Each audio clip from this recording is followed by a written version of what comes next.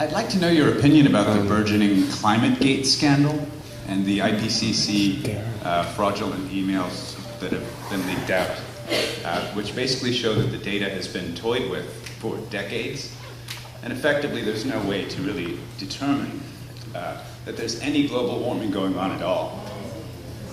No, listen, I'll answer that straight away. No, and I appreciate your viewpoint, and I totally respect that. That's at the end of the day, that's what opinions are for, and that diversity in opinions is what creates change, and curiosity creates change. So now that we understand the basics of Marx's orientation to sociology and his notions behind the problems that are caused by groups in society, we need to understand exactly how it is that Marx describes social change as occurring. And he uses something called the dialectic process. Now, the dialectic is sort of a diagram, if you will, of his idea about how societies progress to a better place. So let's see if we could figure out exactly how the dialectic process works. The first thing we should probably understand about the dialectic is that it wasn't the work of Marx, it was the work of one of his mentors, Hegel. And Hegel used the dialectic process to understand how we would come to a state of more rational thinking. Hegel was a social philosopher. He wasn't a sociologist, nor an economist, as Marx was. And so Hegel used the idea of the dialectic process to try and describe how we elevated our thinking, so to speak, to become better people, better societies. And so while the notion of the dialectic was original to Hegel, and it was used as a process to describe change, Marx borrowed this idea and used it as a process to describe social change. There are three key parts or elements to the process of the dialectic. The first of those is your thesis. It's essentially your starting point. It's where you are, and it's your status quo, in effect. If we think about the thesis or the starting point in terms of society, it is exactly where we are at this given moment in time, where we are today. Marx said that in order for change to occur, there would have to be some opposition to the way things are right now. And he described this in terms of being an antithesis. The antithesis then in this equation becomes the mechanism for change. It's that opposing group.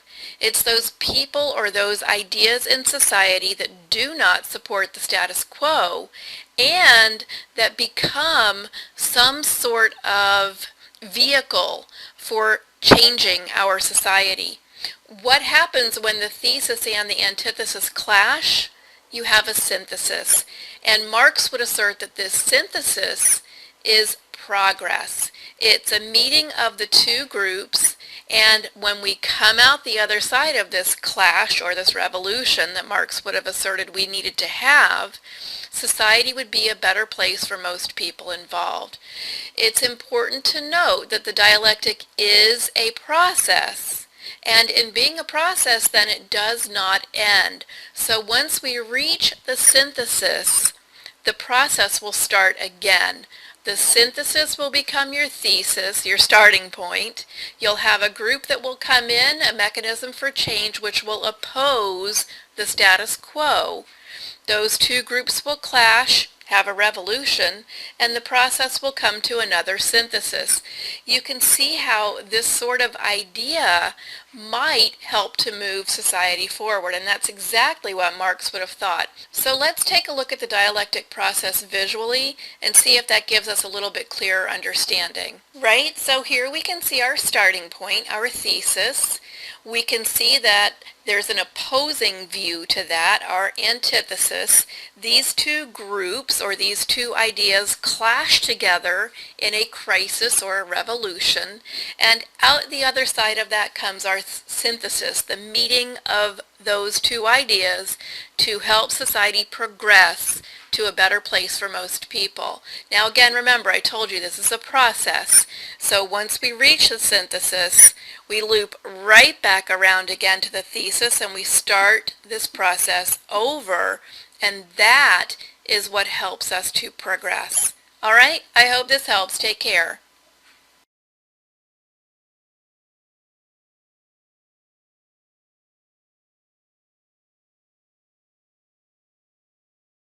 It's characteristic of Dr. Williams' writing that he will outline what appear to be liberal and conservative alternatives, neither portrayed as particularly inviting, then offer us a third way which seems to avoid the difficulties of both. A typical example is found in his essay, Is There a Christian Sexual Ethic?, where he concludes as follows: our main question about how to lead our sexual lives should be neither, am I keeping the rules, nor, am I being sincere and non-hurtful? It seems neither conservative or liberal. But, how much am I prepared for this to signify? It's at that point a certain mist might descend, possibly in some cases a red mist, but a mist begins to descend. And what I want to offer you this morning is, if you like, a hermeneutic proposal for understanding Rowan Williams and where he's going. Because in that sentence, in that setting of opposites and then a middle way, we find what I believe is an instinctive Hegelianism, where we're looking for a dialectically derived middle way. Thank you. To be able to use the images of fulfilled or normative humanity that are around in the culture so as to stimulate effective action and ideally change. And this means trusting the specific religious culture to the extent of recognizing in it a sense of what the human good might be, and recognizing also the consequent possibility of change from within that frame of reference. And where traditional models do lead to straightforward conflict, there needs to be a capacity to be clear about this, to present the conflict as genuinely a disagreement, not simply a standoff between enlightenment and prejudice that can be overcome by neutral education. In other words, a willingness to have arguments with respect.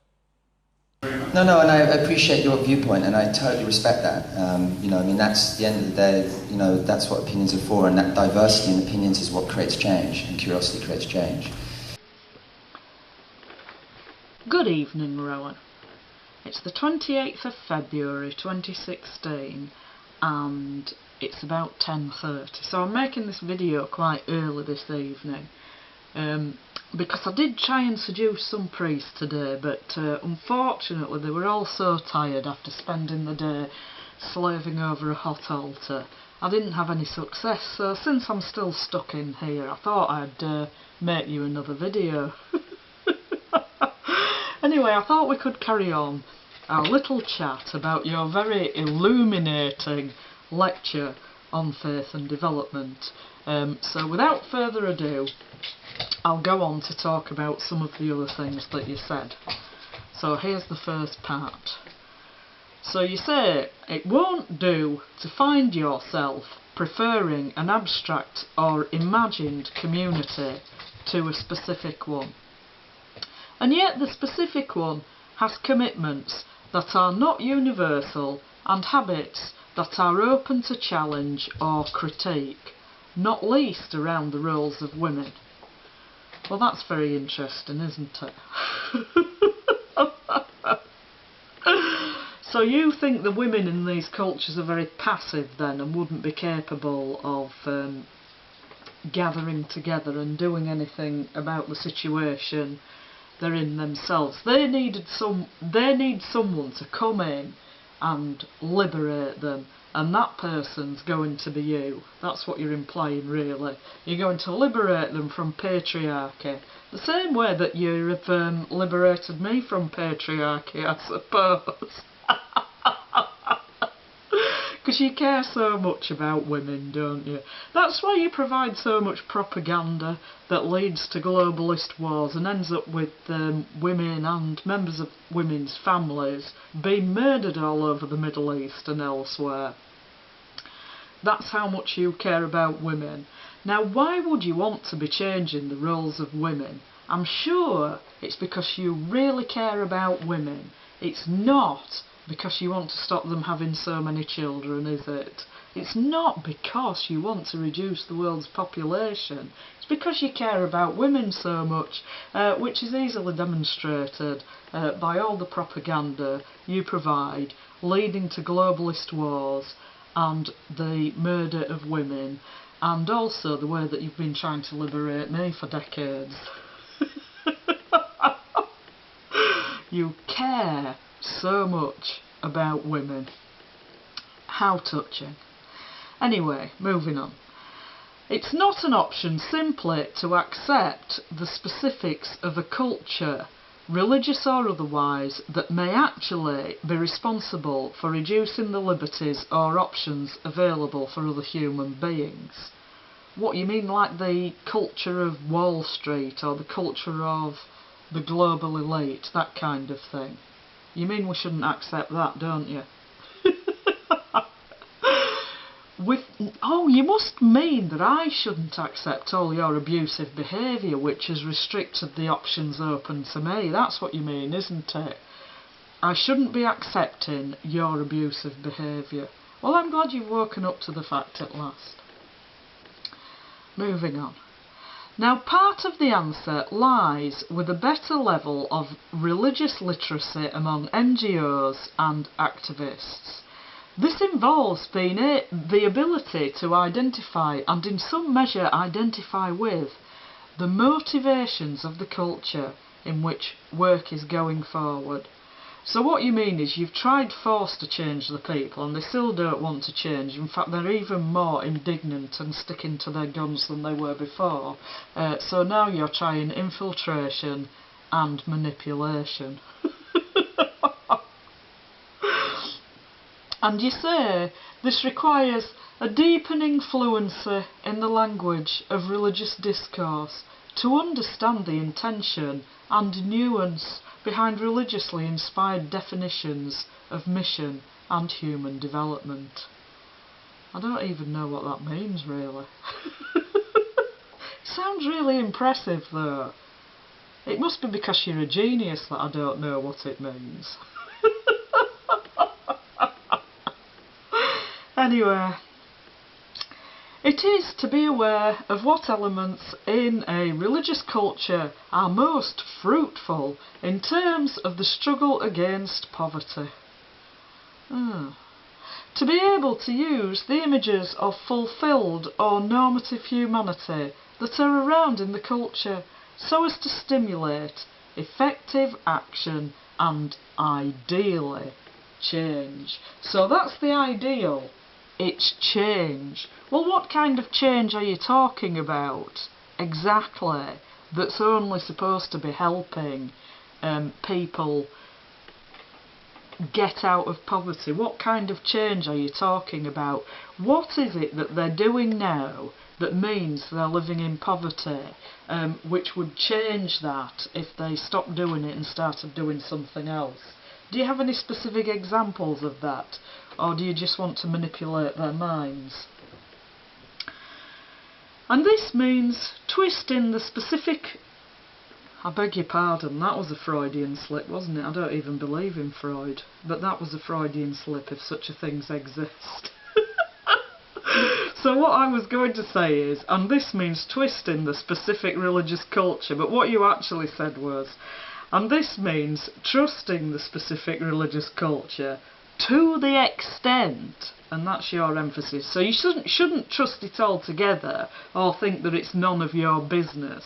You should trust the specific religious culture to the extent of recognising in it a sense of what the human good might be, recognising also the consequent possibility of change from within that frame of reference. So the goal is change. we're not sure what kind of change because you're not telling us. What kind of change is it that these people could make that would get them out of poverty? I don't think that's really what you're talking about, is it? You want them to change, to be some other way, and preferably to change the role of women so they don't have so many children, so you can reduce the world's population. That's what you mean, isn't it? So you go on to say, and where traditional models do lead to straightforward conflict, there needs to be a capacity to be clear about this, to present the conflict as genuinely a disagreement, not simply a standoff between enlightenment and prejudice that can be overcome by neutral education. So you're telling the people at this meeting how to manipulate people better, aren't you? And the second point is there's not really any such thing as neutral education. What do you mean by neutral education? I mean, neutral education would be teaching people how to add up and spell. If you're going to start talking about culture or history or science or anything like that, it stops being neutral because you're imparting values. And some people would say you're not imparting values by teaching science because it's objective. But it isn't really objective because a lot of science and scientific research and so-called scientific discoveries are promoting a political agenda. They're driven by a political agenda. And a good example of this is evolution being taught as if it were a scientifically proven fact when there isn't any evidence for it. So all education, apart from maybe spelling and adding up and numeracy, that kind of thing, but even spelling would impart values because you'd have to choose the words that you were spelling, wouldn't you? So it's quite hard to see how any education can really be neutral. Maybe numeracy could, but I can't see what other kind of education would be neutral because you're even choosing the subjects that you're teaching. So there's no such thing as neutral education. Everything imparts values. Without this, the development agenda is doomed to be seen as allied to a campaign for conversion to someone else's values. Well, these people aren't daft, are they?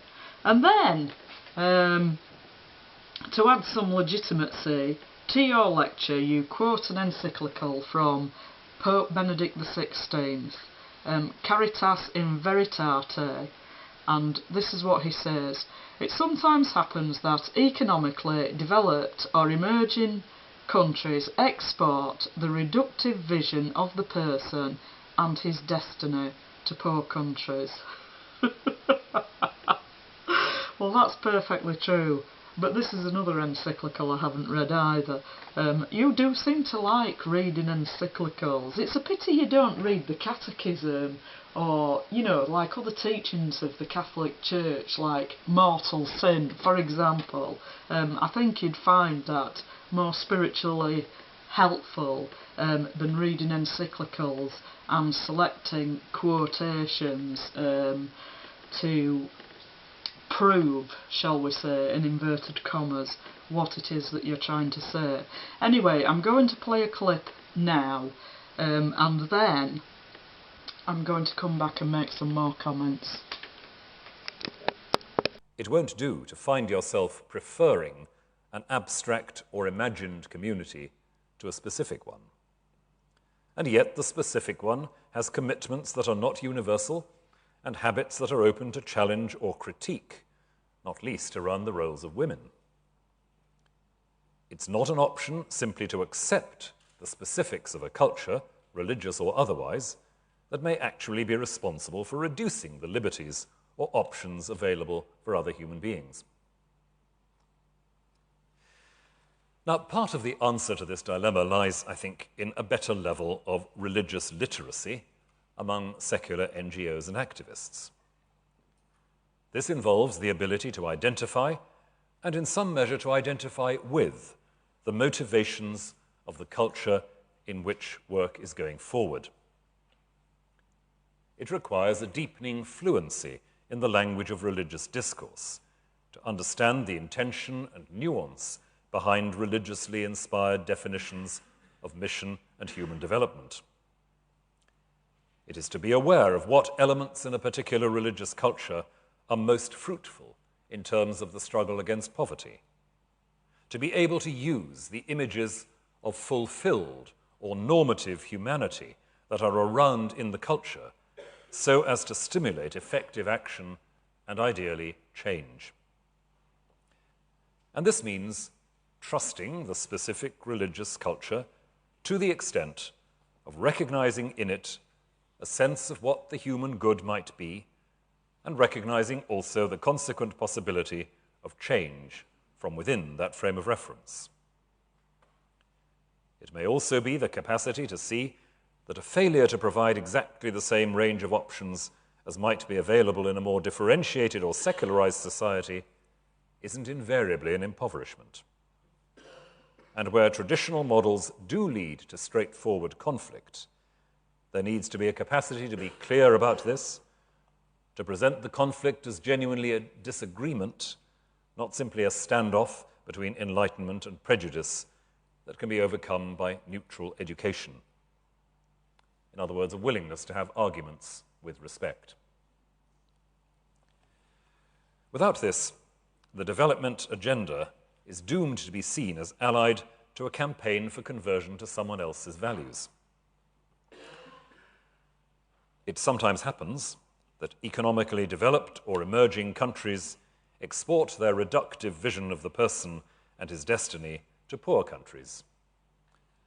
Words from the Pope's recent encyclical, Caritas in Veritate.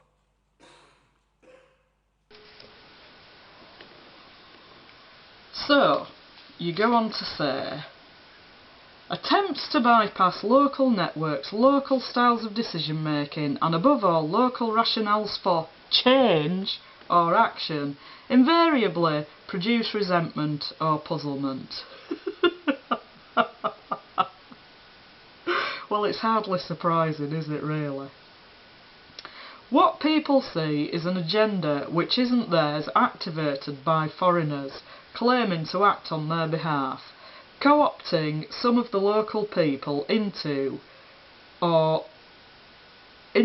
new and largely alien elite of income and lifestyle. Well, I think that about sums it up really, doesn't it? Oh, and you're just going over there to help the poor. You're not trying to change local culture and religion to brainwash everybody in other parts of the world the same way they've been brainwashed by globalist propaganda and deliberate actions in social engineering over the last 100 years in the West. Oh no, you wouldn't be doing that, would you? You're just so altruistic, you just want to help the poor. Now, if development processes and programmes are not to be paralysed by such resentment and mistrust, with the result that local communities can't see themselves as agents of their own change, enormous potential is left unrealised. So basically what you're saying is you need to be a bit more manipulative about your intentions rather than being straightforward about it, because the locals get annoyed and they won't go along with what you want.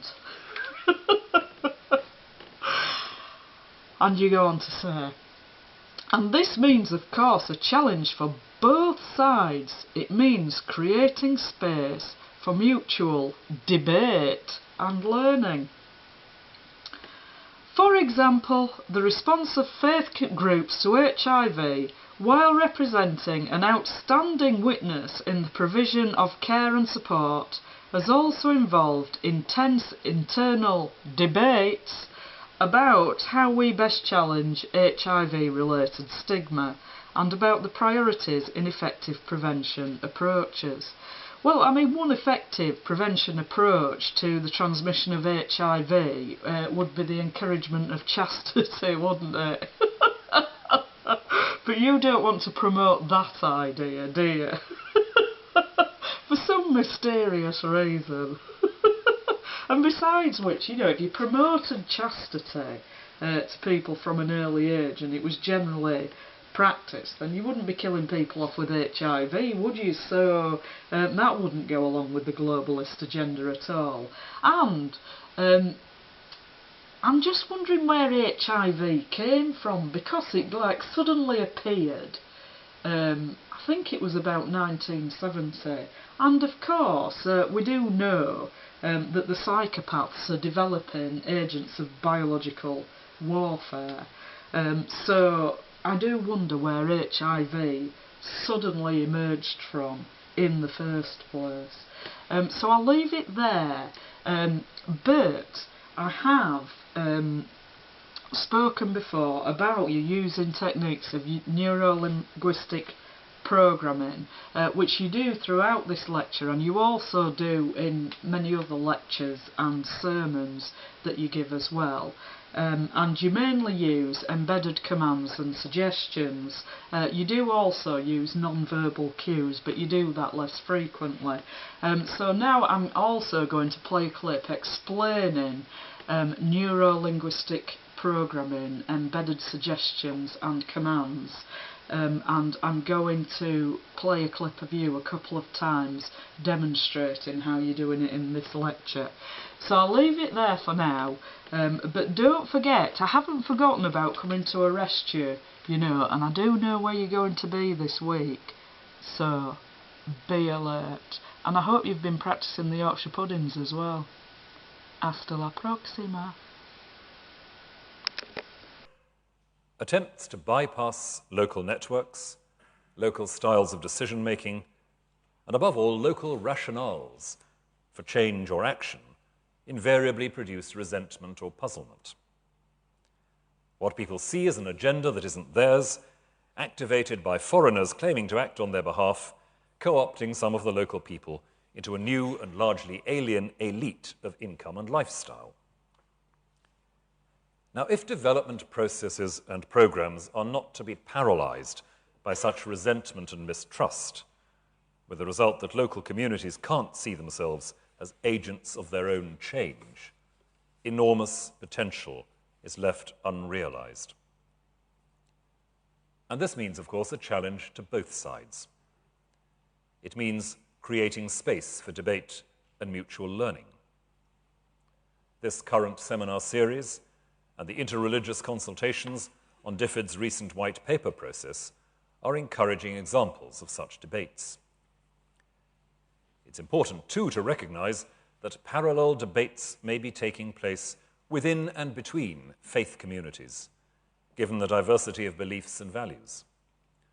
For example, the response of faith groups to HIV, while representing an outstanding witness in the provision of care and support, has also involved intense internal debates about how we best challenge HIV-related stigma and about the priorities in effective prevention approaches. There's no such thing as an unconscious mind or a conscious mind. What? You heard that right. These are descriptions. They are not empirical, but we use the words of conscious and unconscious to describe various processes at work. So what exactly is an embedded command then? An embedded command is a form of covert suggestion that, as its name suggests, is embedded within a larger communication or content. In fact, there were several examples in the introduction to this video I just gave you, but more on that in a moment. For now, the first thing, if you want to get good with embedded commands, it's easy. Remember, there isn't some place you're trying to lodge a suggestion. Rather, you're looking to present your suggestions in a covert or non-overt way, so a person's conscious mind doesn't screw things up. Sometimes it's better to be overt in your communication and just come right out and say it. And other times it can be more useful to be subtle. Here's the process on how you do this. 1. Figure out what is it you want to say or prime in another person's mind. Write it out. It could be something like, "You're going to enjoy this course," or "Learning can happen quickly." Next, 2. Figure out what kind of wrapper you're going to use to deliver the embedded commands. In this case, I created the context of an introduction and talking about two concepts within which I embedded my suggestions. 3. Choose your method for marking out the commands or suggestions. There are lots of ways to do this. I chose to change my tempo and reduce my tone when I was marking out suggestions for your unconscious mind to pick up on. 4. If this is your first time using embedded commands, practice delivering the suggestions within your wrapper story with friends and others who are not going to really give a hoot or care if you err. 5. Once you've got it down, use it for real, in real context, in terms of intended context that you want to get the outcome, and notice how you get on. There are many other ways that you can mark out embedded commands. You can, for example, put a pause right before the command that you intend to deliver. As I mentioned, you can change tone. You can make a non-verbal anchor like moving your hand. Now, obviously that's quite obvious, but you can do it in more discreet ways. You can look in one person's eye, a particular eye, consistently when you deliver a message. As I say, there are many ways, but I know you're probably going to ask this, so I'll answer it now. How many times do you need to embed a suggestion in order for it to work?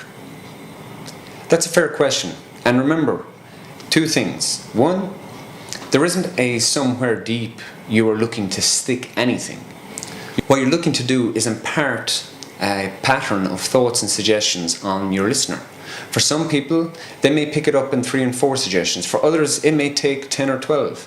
It will vary. One of the most famous hypnotists ever, Milton Erickson, once said he wasn't concerned with how many times he had to say it. Was it once, 2 or 3 times that he would embed a suggestion? Rather, he would say it in multiple forms and multiple ways until he got the result that he wanted.